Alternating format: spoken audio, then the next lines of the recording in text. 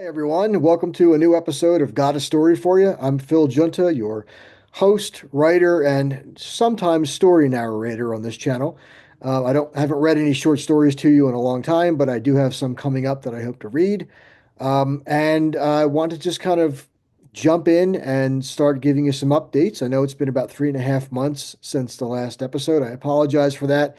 First quarter of this year has been hectic for both good reasons and bad, but we won't talk about the bad reasons. We'll just stick with the good, stick with the positive.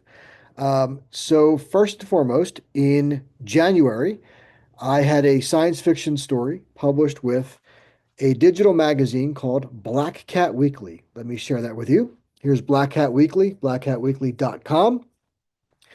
This magazine is edited by John Betancourt, a longtime writer and editor in the business, and it's an honor to be published by him in issue number 176, along with this list of fantastic writers you see here on the cover, as well as Ellery Queen and Lynn Carter. In fact, this is the first Ellery Queen novel, The Roman Hat Mystery, originally published in 1929. This is the very first novel from Ellery Queen, and it's reprinted here in this edition of Black Cat Weekly, this issue of Black Cat Weekly. It's an e-zine, and it's got about 500 pages packed with novels and short stories.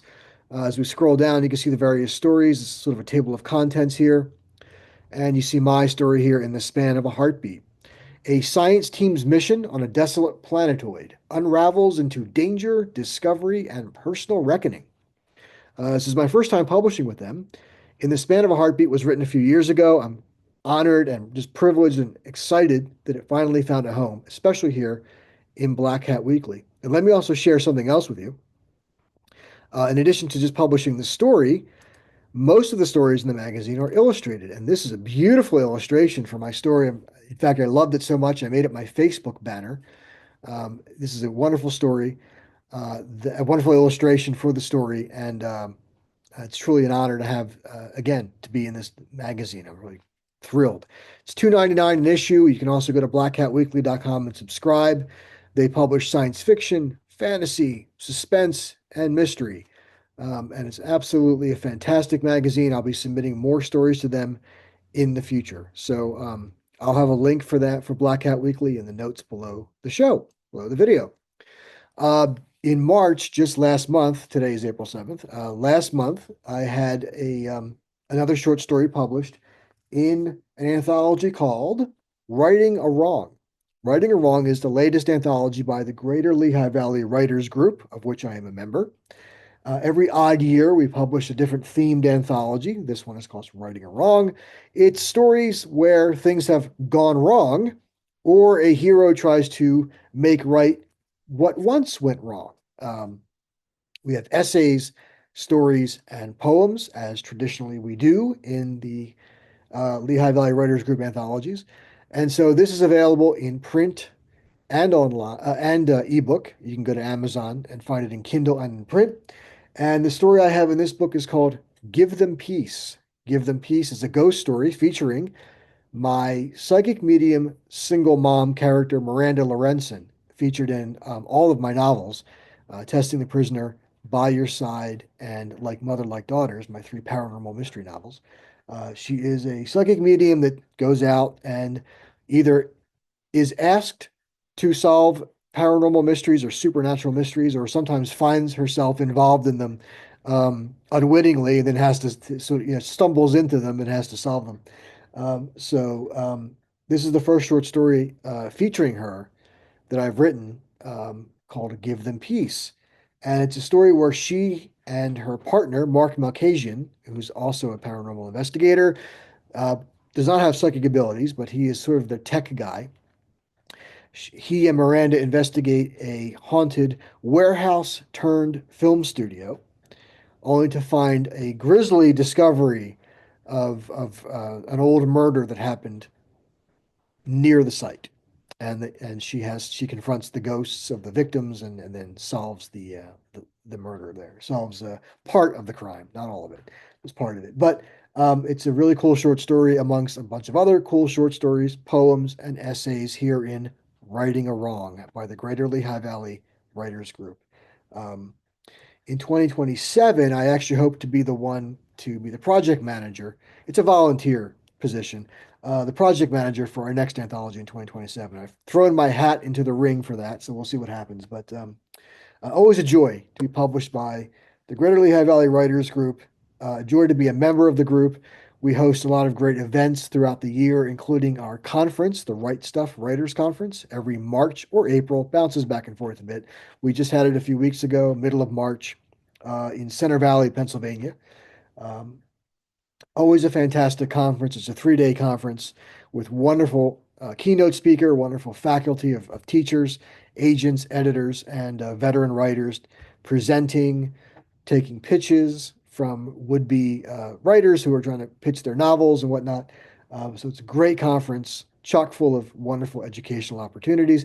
We also do library events. We connect with the Easton Book Festival in Easton, Pennsylvania every October to help bolster their programming with discussion panels and other kinds of presentations, sometimes solo presentations. And our writers are heavily involved in that. And I will talk about that in just a few minutes. But Writing It Wrong by the Greater Lehigh Valley Writers Group, out now in ebook and print. So very happy to be part of that. Another thing I'm happy to be part of is another science fiction story that I will have published in the next month or two. A lot of science fiction stories tend to deal with dystopian futures. It's a very popular theme. But in one particular publisher's case, they're doing an anthology of stories of science fiction utopias, future utopias, positive stories of humanity's outlook into the future.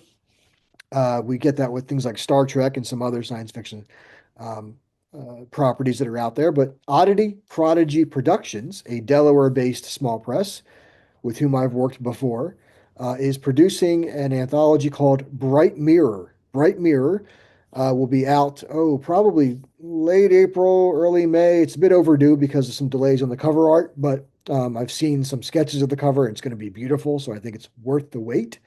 It'll be out in paperback, probably, like I said, late April, early May. It will be an anthology of stories about positive futures for humanity. I have a story called Isaac Geary's Instant Utopia. It is a sequel to a story I wrote, probably 11 years ago now, that was featured in an anthology called Meanwhile in the Middle of Eternity. That came out in 2014. There was a story in there called Water to Share about a scientist who's exiled on a remote planet and stumbles upon an ancient alien terraforming device that can almost instantly terraform certain sections of a planet. And so he learns that technology, he masters that technology, and then he replicates that, learns to replicate it, and then offers it um, to the galaxy or his nearby solar systems and at large, and is then freed from his exile and becomes somewhat of a hero. So we pick up here with this new story, Isaac Geary's Instant Utopia, with what his life is like now that he's done that, and he and his assistants. So that story will be out in Bright Mirror in a few months. And when it is out, I will come back and give you an update on that. Uh, the last thing about me that I want to talk about before I move on to things not about me, thankfully, is just something that happened yesterday. I was in Gettysburg with my wife, Gettysburg, PA, the great Battle of Gettysburg in the Civil War, and we were there visiting over the weekend. This sort of dreary, rainy weekend that seemed rather apropos for the theme. And I got an email from the Pennsylvania Press Club. At the end of every year, they host a contest called the Communications Contest with many different categories that you can enter your work, including fiction. So I entered one of my novels and one of my short stories. Now, in past years, I think I've been doing this contest, entering this contest for 3 or 4 years. I usually hit like third place, second place. Uh, Last year, my novel Testing the Prisoner hit first place. And this year, my novels By Your Side, speaking of Miranda Lorenzen, my psychic medium character, here she is on the cover. By Your Side took first place in the novel category, and in the short story category, my story, A Thorn in Time, which is a time travel story, published here in Ruth and Ann's Guide to Time Travel. This came out in August of this year. Our headliners, the great Jonathan Mayberry, if you're familiar with Jonathan, the V Wars, and many of his other horror books and science fiction novels and fantasy. He covers a lot of genres. He's a New York Times bestselling author. I think he's a five-time Bram Stoker winner. So it's an honor to be included in a book with Jonathan. But my story in here is a detective time travel story called, again, A Thorn in Time. So I submitted that and By Your Side to the Pennsylvania Press Club's communication contest. Both won first place. Wow, that was quite an honor. Didn't expect that. And all first place winners across all categories are forwarded to the national level to compete with the National Federation of Press Women Communications Contest. And so both of these items I just mentioned, my novel By Your Side and my short story Thorn in Time, will be sent to the national level to compete there. And the results will be announced in June. So I'll update you once I hear about that. All right, that's enough about me. How did we talking about me? Let's talk about another writer, someone who I credit with being one of the people who made me want to become a writer, who inspired me to do all this and to pursue this crazy life. His name is Harlan Ellison. Harlan has been a hero of mine and a literary hero of mine for many years. In his time, he was incredibly prolific, 1,700 short stories, television scripts, essays, film critiques, articles, you name it. He's written that, a handful of novels as well, but he's mostly known for short stories and for his somewhat memorable television episodes. For example, he wrote The City on the Edge of Forever, which is arguably the best episode of the original Star Trek series. He also wrote two episodes of Outer Limits. He wrote for various other TV shows in his time. And then as he was a little older, he worked for Babylon 5 as a creative consultant or conceptual consultant for Babylon 5, created, of course, by the great J. Michael Straczynski, who is now Harlan's literary executor, who became Harlan's literary executor. Harlan has since passed away about 7 years ago in 2018. And JMS, as they call him, has been handling his estate, converting his home in LA, Harlan's home, into a historical site for people to visit, as well as republishing some of Harlan's work in new volumes, and recently published the third and final volume in the Dangerous Visions series. Harlan's, back in the 70s, late 60s, early 70s, Harlan edited Dangerous Visions, which was an anthology of stories by some up and coming new science fiction writers. It made careers, it established many writers in their careers. And he then went on to edit again Dangerous Visions, which was the second volume. The third volume was supposed to be called The Last Dangerous Visions, and it is called The Last Dangerous Visions, but it took about 50 years for that book to come out. It just came out last year, and I just picked up a copy of it at the end of the year. So looking forward to reading that. But what I have read in the meantime are two books in the last few months that I want to share with you. The first is called A Lit Fuse: The Provocative Life of Harlan Ellison by Nat Segaloff. This is a bio of Harlan. And if you're a fan of Harlan Ellison, some of the material in this book you may have heard of through interviews or his convention appearances or his sci-fi buzz segments in the early days of the Science Fiction Channel, now called the Sci-Fi Channel. Um, but this is a great bio of Harlan's life, his career. There were some things I had not heard of before, I was not familiar with, and some things that was expanded on in this book. So very happy to have picked this book up at the I think I got this one at the Philadelphia Science Fiction Convention, or PhilCon, a few years ago. Great read. I love it. There's an expanded edition out now that I have not picked up yet. But if you're a fan of Harlan's and you haven't read A Lit Fuse, check it out. Pick it up. It's a very entertaining book. Some great stories of his life and his career. Um, the second book I read right after this one was called Angry Candy, which is a collection of stories by Harlan Ellison, published in 1988 by Houghton Mifflin. And it is a collection of stories that, as Harlan said in an interview about this book, it was a compilation of stories that dealt with loss and grief and mourning over the deaths of friends, many friends, over a very short period of time. In fact, they're listed right here in the margins of his introduction. Over the course of about 2 years, uh, quite a number of people in Harlan's life passed away, and it was very difficult for him, and it really hurt him. And he compiled and wrote these stories that deal with death and loss and grief. But it's a mixed genre book, really. There's a vampire story. There's some just strange Twilight Zone style stories. In fact, the very first story in this book, Paladin of the Lost Hour, was translated into a episode of the Twilight Zone in the 80s version of the Twilight Zone. The 1980s, there was a reboot or renaissance, if you will, of the Twilight Zone TV series, and Paladin of the Lost Hour was included in that. It was translated to that. That's the very first story in this book. It's a wonderful story. It's a great collection of stories that deal with loss, death, and grief. So, um, Angry Candy. Go ahead and grab it, pick it up. I also got this at the Philadelphia Science Fiction Convention a few years later after a lit fuse. Um, Go ahead and pick it up if you want to explore some of Harlan's work. If you're a fan and you haven't read this one yet, I definitely recommend it. Okay, those are the books that I've read most recently and some events that I wanted to mention to you. If you're in the Lehigh Valley, Pennsylvania area, or within driving distance, this coming weekend, April 12th, 2025, there will be the Lehigh Valley Comic Con, which will take place at the Allentown Agricultural Hall, or Ag Hall as we call it. It's a pretty large venue, and it's their biggest of the three conventions that they do every year. The Lehigh Valley Comic Con happens in April, August, and December.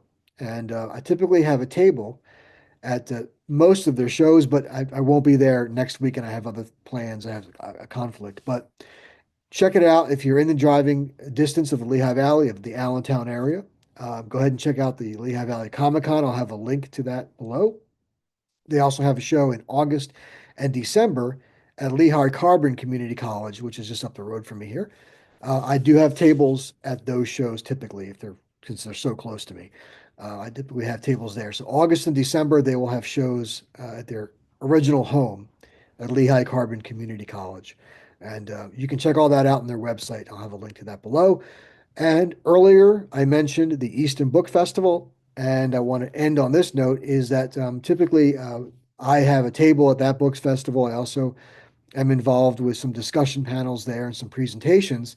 It's their seventh year coming up this October, and I will be taking on the role of sort of liaison between the Lehigh Valley Writers Group that I also mentioned earlier and the Easton Book Festival and helping them plan some of their programming with some members of my group.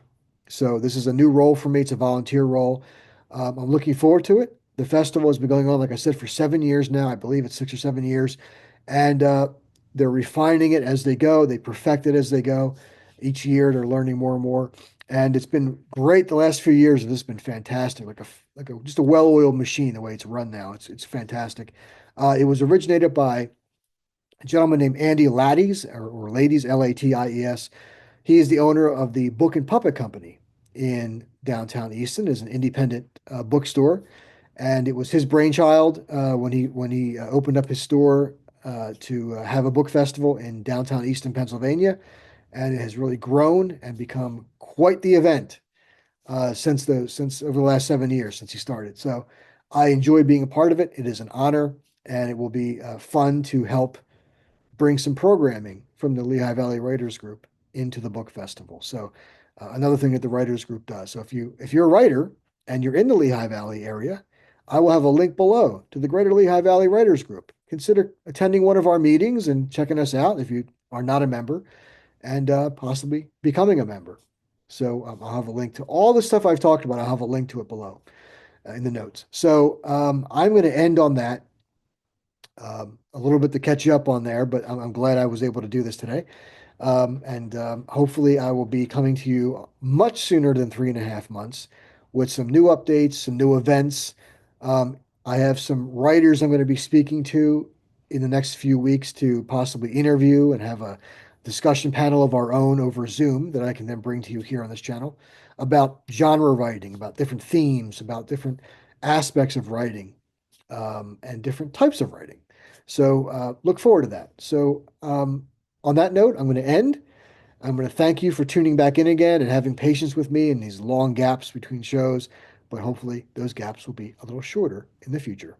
So happy spring, and I will talk to you soon. Thanks. See ya. Be safe.